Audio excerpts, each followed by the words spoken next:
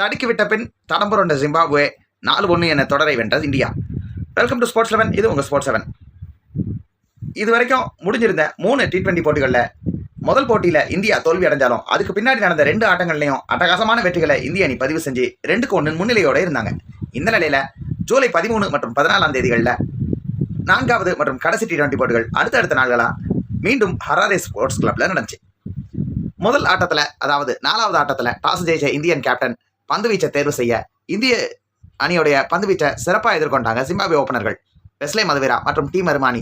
31 ரன்களுக்கும் மதவேரா 26 ரன்களுக்கும் ஆட்டம் இழந்தாலும் அதுக்கு பிறகு ஒரு சின்ன கொலாப்ஸ் ஏற்பட அதை சரிவிலிருந்து மீட்கிற வண்ணமா அதிரடி ஆட்டத்தை கையில் எடுத்தாரு ஜிம்பாப்வே கேப்டன் சிக்கந்தர் ராசா. 28 பந்துகளில் 46 ரன்களை எடுத்து இந்திய அணி பவுலர்களுக்கு அச்சுறுத்தலை கொடுத்த ராசா அவுட் ஆனதுக்கு பிறகு பின்னாடி வந்த வீரர்கள் சின்ன சின்ன கான்ட்ரிபியூஷன்ஸ் செய்ததோடைய விளைவாக 20 ஓவர்கள் விளையாடின ஜிம்பாப்வே அணி 7 விக்கெட் இழப்புக்கு 152 என்ற ஒரு டீசென்டான ஸ்கோரை எட்டி பிடிச்சாங்க. இந்திய அணி தரப்புல சிறப்பாக பந்து வீசின new ball bowler Khaleel Ahmed 32 ரன்களை 4 ஓவரில் விட்டு கொடுத்து 2 விக்கெட்டுகளை எடுத்தார். மற்ற எல்லா விக்கெட்டுகளையும் தலா 1 விக்கெட்டுன்னு சொல்லி எல்லா பவுலர்களும் பகிர்ந்து எடுத்தாங்க. 153 அடிச்சா வெற்றி அப்படின்ற இலக்கோட களமிறங்கின இந்திய ஓப்பனர்கள் ஜெய்ஸ்வால் மற்றும் சுப்மன் கில் ஒருத்தருக்கு ஒருத்தர் சலச்சவங்க இல்லைன்னு சொல்லி அதிரடி ஆட்டத்தை தொடக்கத்தில் இருந்தே கையில் எடுத்தாங்க. அதுலேயும் ஒரு படி மேலே போய் அதிரடியோடைய உச்சத்துக்கே போன ஜெய்ஸ்வால் அதிரடியாக விளையாடி சதத்தை நோக்கி முன்னேறிட்டு இருந்தார்.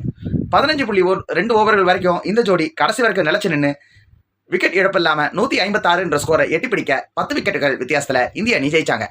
கடைசியில் ஒரு அட்டகாசமான பவுண்டரி அடித்து தன்னுடைய டாலியை 93 என்ற ஒரு ஸ்கோருக்கு உயர்த்தின ஜெய்ஸ்வால் ஆட்டநாயகனாக தேர்ந்தெடுக்கப்பட்டார்.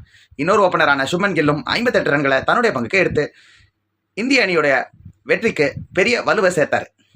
5வது போட்டி இன்னைக்கு நடந்துச்சு. முதல்ல இந்திய அணிக்கு இந்த முறை பேட்டிங் பண்ணுற வாய்ப்பு கிடைக்க அதை கொஞ்சம் சொதப்பலாவே தொடங்கினாங்க இந்தியன் டீம். அதிரடி ஆட்டத்தை போன மேட்ச்ல ஆடி காமிச்ச ஜெய்ஸ்வால் வெறும் 12 ரன்கள் வெளியேற இன்னொரு ஹாஃப் செஞ்சுரியன் சுப்மன் கில் 13 ரன்னுக்கு கிளம்பினாரு. பண்டவுன் இறங்கின அபிஷேக் சர்மா வந்த வேகத்துக்கு 14 ரன்களை வெளுத்து கட்டி வெளியேற அதற்கு பிறகு ஜோடி சேர்ந்தாங்க ராஜஸ்தான் ராயல்ஸ் பேரான சஞ்சு சாம்சன் மற்றும் ரியான் பராக். ஒரு பக்கம் பராக் அடக்கி வாசிக்க, இன்னொரு பக்கம் அதிரடி ஆட்டத்தை சிக்ஸர்கள் வழியாக கையில் எடுத்தார் சாம்சன். 43 பந்துகளில் 4 சிக்ஸர்கள் மற்றும் 1 பவுண்டரியோட 58 ரன்களை வெளுத்து கட்டின சாம்சன் அவுட் ஆக அதுக்கு பிறகு மறுமுனையில் நிதானமாக விளையாடிட்டு இருந்த பெராகும் 24 பந்துகளில் வெறும் 22 ரன்களை சேர்த்த நிலையில் பெவிலியை நோக்கி நடைய கட்டினார். அந்த நேரத்தில் இந்திய அணிக்கு தேவையான ரன் வேட்டையை கையில் கொடுக்க வந்தார் ஆல்ரவுண்டர் சிவம் துபே. 12 பந்துகளில் 2 பவுண்டரிகள் மற்றும் 2 சிக்ஸர்களோட 26 ரன்களை அடித்து 200க்கு மேலான ஸ்ட்ரைக் ரேட்டில் அவர் செஞ்ச ஒரு குட்டி கேமியோ இந்திய அணி 160 ரன்களை கடக்க உதவுச்சு.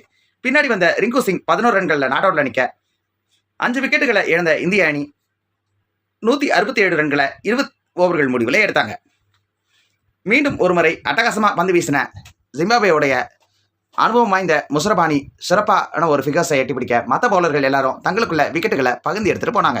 168 ரன்கள் எடுத்தால் வெற்றி. அதோடு கூட 4-1 தோக்காம 3-2 ஒரு டீசெண்டான தோல்வியை பதிவு செய்யலாம் அப்படின்னு சொல்லி களமிறங்கின ஜிம்பாப்வே அணிக்கு தொடக்கத்தில் இருந்தே அதிர்ச்சி மட்டுமே காத்திருந்துச்சு. ஓப்பனர் மருமானி ஒரு பக்கம் நிலச்சி நின்று 27 ரன்களை எடுத்தார். ஆனால் அவருக்கு எதிர்முனையில் இருந்த பேட்ஸ்மேன்கள் வரதும் போகிறதுமாவே இருந்தாங்க. ஓப்பனர் மதவேரா வெறும் 4 ரன்களுக்கு முகேஷ்குமார் பந்து வீச்சில் ஸ்டெம்பை பறி கொடுத்து வெளியேற அடுத்து வந்த பிரையன் பெனட்டும் 10 ரன்னுக்கு தன்னுடைய விக்கெட்டை கொடுத்துட்டு போனார். அடுத்து வந்த டியோன் மேயர்ஸ் 31 ரன்களை எடுத்து டீசெண்டான ஆட்டத்தை வெளிப்படுத்தினாலும் அதுக்கு பின்னாடி வந்த ஆட்டக்காரர்கள் அடுத்தடுத்து ஒற்றை இலக்க ரன்களில் வரதும் போகிறதுமாவே இருந்தாங்க. நம்பர் 7 பேட்ஸ்மேனாக கிரீஸ்குள்ளே வந்த ஃபராஸ் அக்ரம் மட்டும் அவருடைய பங்குக்கு 27 ரன் அடிச்சு கொடுக்க மற்ற எல்லா வீரர்களுமே ஒற்றை இலக்கத்தில் வெளியேறன்னு சொல்லி கடைசியில் 18.3 ஓவர்கள் வரைக்கும் மட்டுமே தாக்கு பிடிச்ச ஜிம்பாப்வே அணி வெறும் 125 ரன்களுக்கு ஆல் அவுட் ஆக கடைசியில் 42 ரன்கள் வித்தியாசத்தில் இந்திய அணி வெற்றியை பதிவு செஞ்சு 5 போட்டிகள் கொண்ட T20 தொடர 4-1 அப்படின்னு சொல்லி தங்கள் வசமாக ஆக்குனாங்க. சிறப்பான ஒரு கேமியோவை பேட்டிங்கில் பதிவு செஞ்சு ஒரு 6வது பவுலராக பந்து வீச வந்து 4 ஓவர்கள் 2 விக்கெட்டுகள் 25 ரன்கள்னு சொல்லி ஒரு மேட்ச் டேர்ன் ஓவர் பண்ணுற ஒரு ஸ்பெல்லை அட்டகாசமாக போட்டு கொடுத்த சிவம் துபேக்கு பிளேயர் ஆஃப் த மேட்சும் தொடர் முழுக்க அற்புதமான பந்துவீச்சு வழியாக சிறப்பான விக்கெட்டுகளையும் நல்ல ஒரு எக்கானமி ரேட்டையும் மெயின்டைன் பண்ணி சிறப்பான ஒரு கன்சிஸ்டன்சி காட்டின தமிழக ஆல்ரவுண்டர் வாஷிங்டன் சுந்தருக்கு பிளேயர் ஆஃப் த சீரீஸும் கொடுக்கப்பட்டுச்சு. கடைசியில் இந்திய அணி சரிவில் தொடங்கினாலும் அந்த சரிவிலிருந்து சுதாரித்து சிறப்பான ஒரு கம்பேக்கை கொடுத்து சீரீஸை 4-1 ஜெயிச்சாங்க.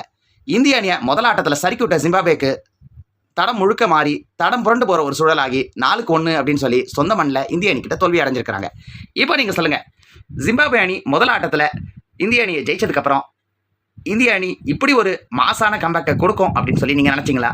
அல்லது ஜிம்பாப்வே அணி கண்டிப்பாக இந்திய அணிக்கு டஃப் கொடுப்பாங்க அப்படின்னு சொல்லி நீங்கள் நினச்சிங்களா? பதில்களை கமெண்ட் செக்ஷனில் போஸ்ட் பண்ணுங்கள். வீடியோ பிடிச்சிருந்தா லைக் பண்ணுங்கள்.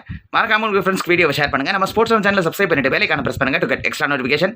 தொடர்ந்து நம்ம சேனலில் வரக்கூடிய வீடியோக்களை பாருங்கள். தொடர்ந்து ஸ்போர்ட்ஸ் குடும்பத்தோடு இணைந்திருங்கள். தோல் கொடுங்கள். நன்றி, வணக்கம்.